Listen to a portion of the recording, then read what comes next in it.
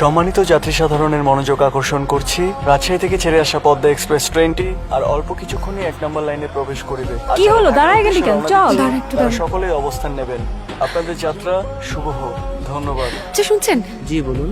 এই যে অ্যানাউন্সমেন্টটা হচ্ছে, এটা কার ভয়েস? ওনার নাম হাসান। হাসান সাহেবের সাথে একটু দেখা করা যাবে? উনি এই সামনে অ্যানাউন্সমেন্ট রুমে বসেন। আপনি হাসান সাহেব? না তো, হাসান সাহেব কোথায়? তো লাঞ্চে কোয়ার্টারে গেছে, সামনে স্টাফ কোয়ার্টার।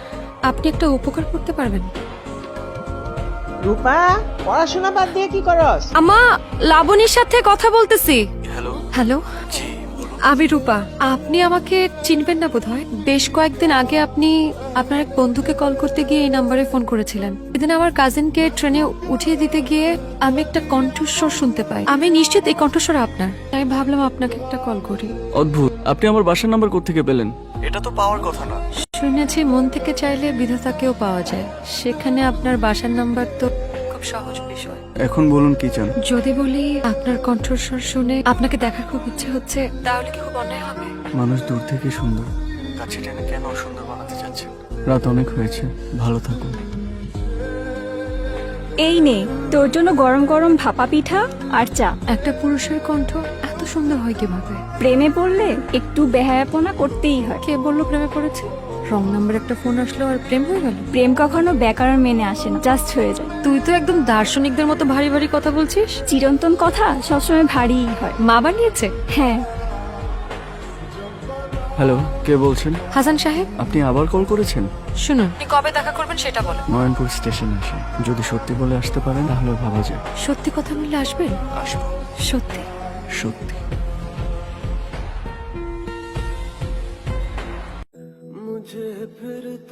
আপনি কি হাসান? জি, হাসান। আমি রূপা। কেমন আছেন? সত্যি বলবো, সত্যি শুনতে সুন্দর লাগে।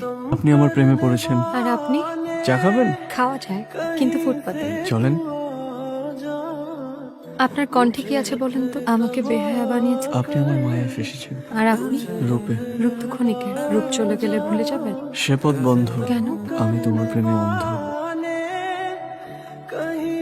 হাসান সাহেব, আপনাকে খুঁজছিলাম। এই আপনাকে একটু জরুরি প্রয়োজনে সৈয়দপুর যেতে হবে। হ্যাঁ হ্যাঁ, সৈয়দপুর। এই যে শুনছেন? জি বলুন।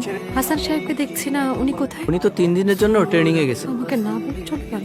আপনি যে কদিন ছিলেন না, আমার দম বন্ধ হয়ে আসতেছিল। মানুষ তো কোথাও যাওয়ার আগে একটা ফোন করে যায়। আমি তো আপনাকে কল করছি, আপনি হয়তো ছিলেন না। টেলি যোগাযোগটা বিচ্ছিন্ন থাকলেও আমাদের মনের যোগাযোগটা কিন্তু বিচ্ছিন্ন হয়নি। কি করে বুঝবো? কি করে বুঝবা? শুনতে পাও, কান পেতে শুনলে।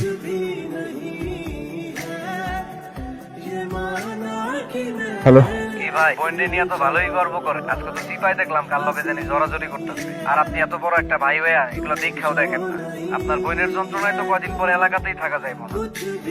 ছেলেটা কে? হাসান কি করে? রেলওয়েতে অ্যানাউন্সার। থাকে কোথায়? বটতলার ওখানে। কতদিনের পরিচয়? 2 মাস। ছেলেটাকে কাল আসতে বল। আমি না ভাইয়াকে আপনার আমার কথা বলে দিয়েছি। ভাইয়া আপনার সাথে দেখা করতে চাই। কিন্তু এখনই? এখনই না তো কখন?